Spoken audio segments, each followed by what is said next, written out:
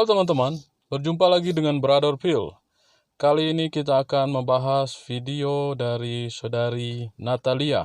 Di dalam videonya, dia membahas tentang kata kurios yang di dalam terjemahan bahasa Indonesia, kadang itu Tuhan, kadang itu Tuan. Dan sebenarnya saya mau membahas itu sebelumnya, tetapi karena saya melihat saudara Louis sudah membahas itu, maka saya akan tampilkan videonya berikut ini.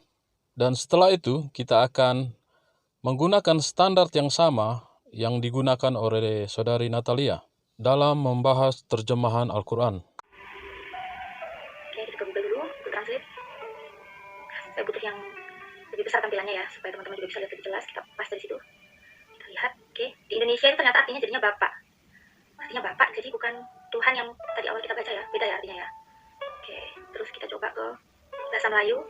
Itu pun di bahasa Melayu tulisannya artinya enci. Enci ya, enci bukan Tuhan ya. Lain-lain ya. Oke, terus kita coba lagi ke bahasa Jawa. Bahasa Jawa pun artinya Pak. Pak ini di mana-mana itu ada Pak ya. Di sini saya punya tetangga namanya Pak Yatno. Gak mungkin lah saya panggil Pak Yatno itu tiba-tiba jadi Tuhan Yatno, Gusti Yatno itu kan. Gak mungkin ya. Karena artinya beda jauh sekali tuh. Coba ke Inggris. Inggris itu jadinya Mister. Ya, ini bahasa aslinya tuh diterjemahkan ke Inggris jadinya Mister, ke Jawa jadinya Pak, Melayu jadinya Enci. Tapi ini kenapa nggak ada yang mengatakan kalau itu Tuhan ya? Artinya kenapa nggak ada yang Tuhan? Tapi kenapa di Alkitab Indonesia itu terjemahannya ditulis jadi Tuhan ya? Saya bingung di sini ya teman-teman ya. Kenapa kok malah Alkitab yang beredar itu yang kita bisa baca selama ini tulisannya jadi Tuhan? Saya nggak ngerti ya. Kok bisa jadi seperti itu? Kita akan teliti sebenarnya kata kuriosnya artinya apa aja sih. Ada beberapa artinya. Nah, kata kurios secara umum itu diartikan sebagai majikan atau bos. Jadi kalau kamu misalnya kerja di ladang lalu punya bos itu bisa dipanggil dengan sebutan kurios. Di dalam Matius 6 ayat 24, tak seorang pun dapat mengabdi kepada dua tuan, karena jika demikian ia akan membenci yang seorang dan mengasihi yang lain. Kata yang dipakai dalam Matius 6 ayat 24 yaitu kurios. Kurios yang arti tuan di sini berarti dia adalah majikan yang harus ditaati. Dia juga memakai kata kurios, guys. Di dalam Matius 27 ayat 63, dan mereka berkata, Tuan, kami ingat bahwa si penyesat itu sewaktu hidupnya berkata, sesudah 3 hari aku akan bangkit.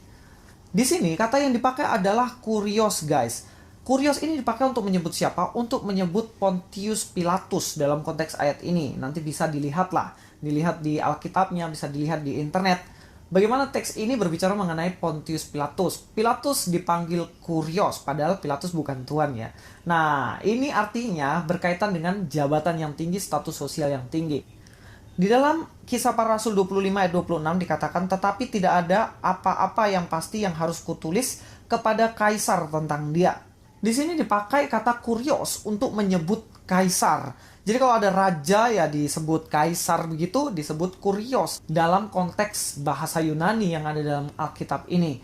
Kata kurios juga sering dipakai untuk menyebut Tuhan, menyebut juga untuk Yesus seperti Yohanes 13 ayat 13. Tetapi di dalam 2 Korintus 8 ayat 21 dikatakan, karena kami memikirkan yang baik bukan hanya di hadapan Tuhan, tetapi juga di hadapan manusia. Nah, di sini ada kontras ya, disebutkan di hadapan manusia, di hadapan Tuhan. Manusia di dalam bahasa Yunaninya, antropon, dikontraskan dengan kurios.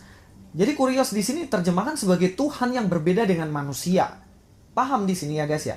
Jadi kurios jelaslah dipakai juga untuk menyebut Tuhan Allah, atau juga dipakai untuk menyebut Yesus yang adalah Tuhan. Oke teman-teman, kita sudah dengarkan bersama bagaimana penjelasan saudara Louis penggunaan kata kurios di dalam Alkitab Perjanjian Baru.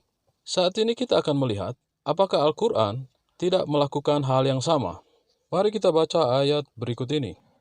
Dalam surah Al-Baqarah 112 ada kata Tuhannya di sana. Kata itu sendiri menunjuk kepada Allah yang diambil dari kata dasar Rabb. Bunyinya seperti ini. Rabbihi, Rabbihi, Rabbihi, Rabbihi.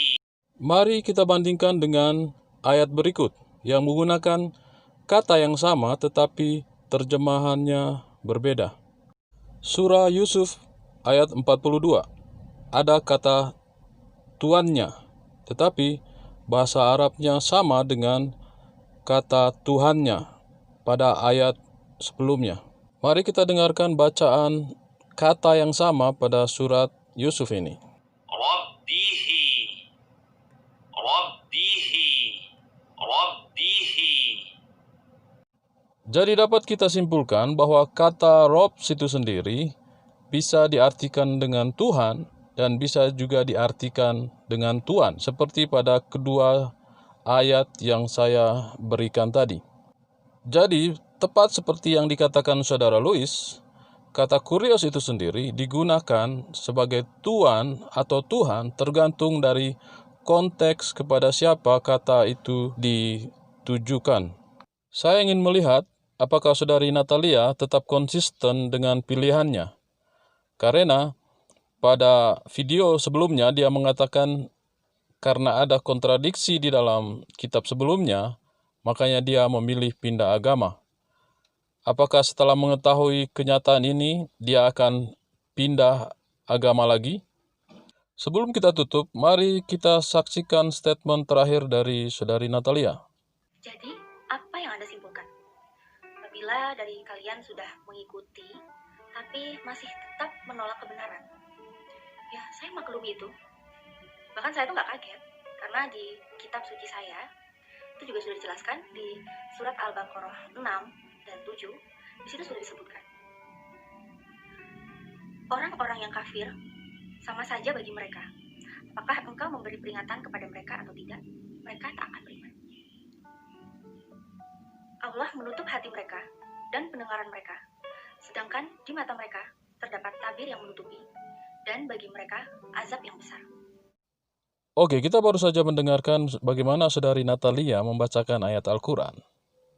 Jika teman-teman menggunakan logika sedikit dalam menganalisa ayat itu, bukankah ketika Saudari Natalia ini menjadi Muslim, justru dia membatalkan ayat ini? Mari kita baca ayatnya sekali lagi. Sesungguhnya orang-orang kafir sama saja bagi mereka. Kamu beri peringatan atau tidak kamu beri peringatan, mereka tidak juga akan beriman. Bukankah Saudari Natalia sebelum menjadi Muslim adalah seorang kafir? Bukankah dia juga pernah diperingati oleh saudara Muslim lainnya? Atau bahkan tidak diperingati? Kenapa sekarang dia justru beriman? Kesimpulannya, dengan menjadi Muslimnya Saudari Natalia, dia membungkam ayat Al-Quran ini. Mari kita lanjutkan ayat berikutnya. Allah telah mengunci mati hati dan pendengaran mereka, dan penglihatan mereka ditutup, dan bagi mereka siksa yang amat berat. Dengan menjadi Islamnya Saudari Natalia, justru membantah juga ayat yang ketujuh.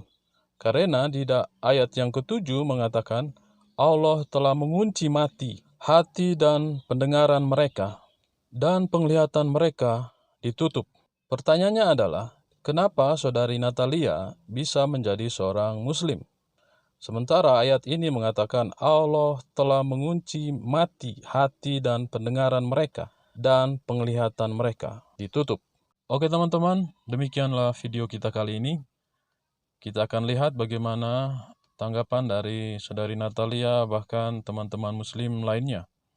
Apakah Saudari Natalia konsisten dengan pilihannya atau tidak? Terima kasih teman-teman. Tuhan memberkati.